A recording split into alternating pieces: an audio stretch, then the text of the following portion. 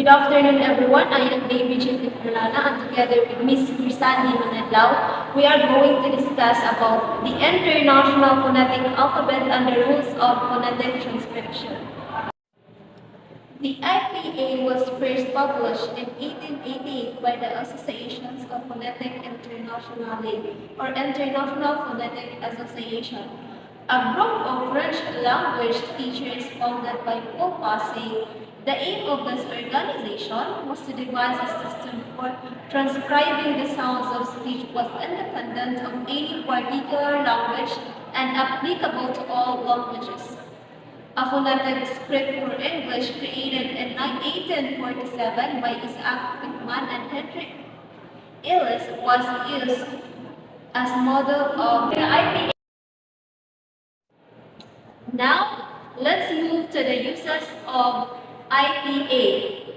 The IPA is used in dictionaries to indicate the pronunciation of the words. The IPA has often been used as a basis for creating new writing systems for previously unwritten languages. The IPA is used in some foreign language textbooks and phrase books to transcribe the sounds of language which are written with non-Latin alphabets. It is used also by non-native speakers of English when learning speak English. IPA is created to accurately represent the pronunciation of the languages. It makes us more aware of how words are really pronounced. IPA used as a way to show pronunciation in a dictionary. And now, let's proceed to the phonetic transcription. A phonetic transcription notes the way the spoken words are pronounced using a special alphabet of phonetic symbols. So, when we use the sound sample from IPA to write down a word, that is what we call a phonetic transcription. It is converting the English text into IPA sample or phonetic respelling to help you improve your pronunciation. So, have you noticed in the dictionary, after the English word, there is a phonetic transcriptions of the word. It is to help the readers to pronounce the words correctly. And now, I'll be showing you the IPA sounds with an example words. Consonant. And now, Miss Grisande will discuss about the vowels. So, good morning everyone. I am Krisandi Mangadlaw from BA2C, and today I'm going to discuss to you the IPA phonetic vowel sound. So, these are the examples for phonetic vowel sounds. After that, let's proceed to the guidelines for transcription of English consonant and vowels. Here are the guidelines for transcription of English consonants and vowels. The first one is the phonemic or brood. The transcription is indicated by slanted brackets. Phonetic or narrow, transcription is indicated by square brackets. Unless otherwise indicated, you will be transcribing phonemically and should use slanted brackets around your transcription. For example, single phonemes, one word, the utterance, can you read this? The second one, do not use capital letters or punctuation marks. The IPA does not follow the conventional writing rules and make use of some capitals and punctuation mark as a symbol indicating specific sounds or properties of sounds. For example, g is the symbol for a voiced ovular stop. A colon after a symbol indicates length, and an apostrophe following a symbol indicates that the sound is an adjective. The third one is do not use the letters X, C, or Q in the transcription of English. The sounds that the letter represents in English are transcribed as follows.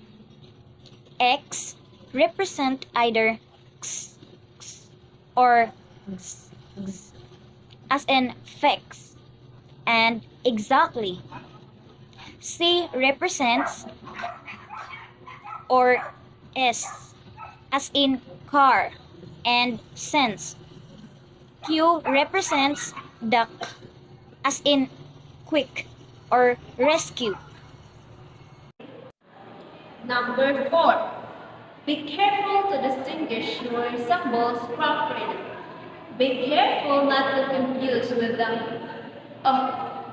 as in the with as in but, and do not confuse with the as in this with as in think, and do not confuse with the year, as in year, with as in her. If there are double letters in the spelling of a word, do not use double consonant in transcription. For example, rabbit. Rabbit is transcribed as instead of. Remember that spelling is totally different system from that of transcription. Rely on your ears and not on your eyes. So, good morning everyone. Today I'm going to discuss the rules of guidelines of International Phonetic Alphabet. So, number 6 guidelines.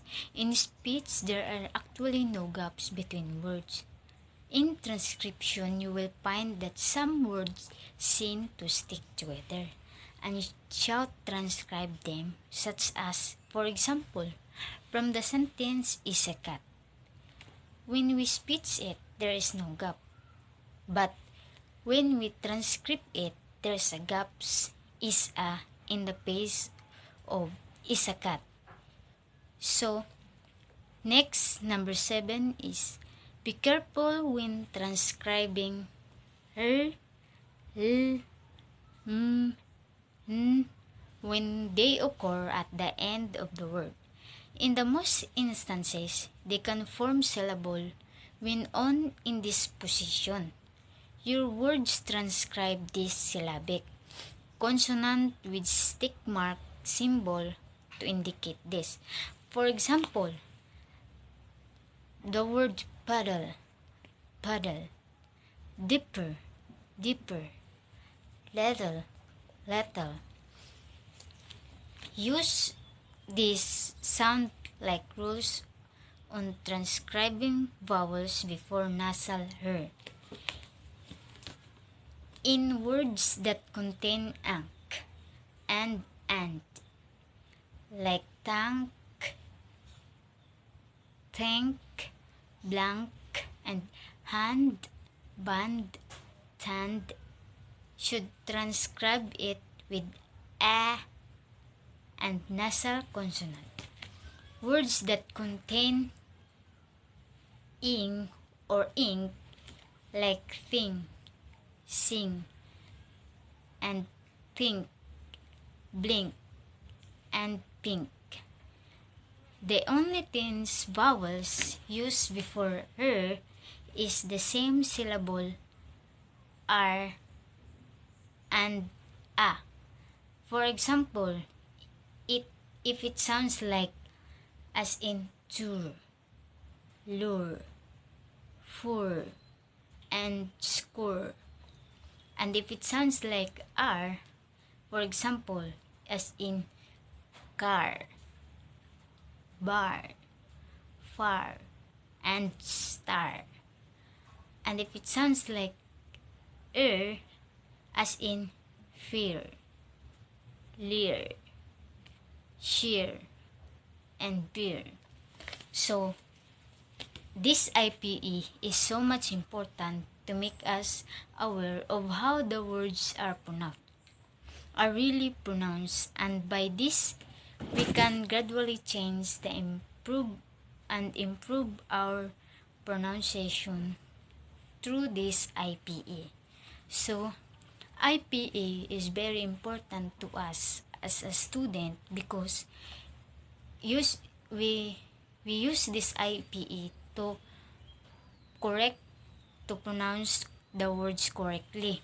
So, the IPA is very important to us students.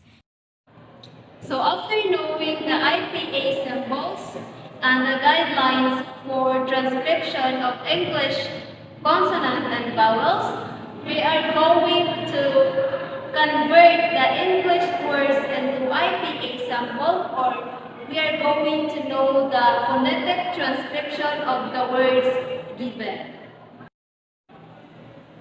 So number one is good, sit, front, march, have, he, take, breathe. Foot, full, woman. So that's all for today. Thank you for listening.